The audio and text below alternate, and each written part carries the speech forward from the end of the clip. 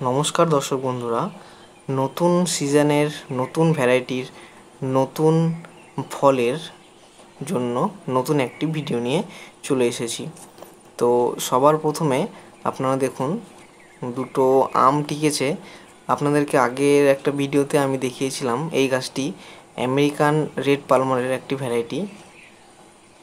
আর পাশেই আর একটা ফলের গাছ আছে যেটা আমার কাছে 2 বছর থেকে আছে।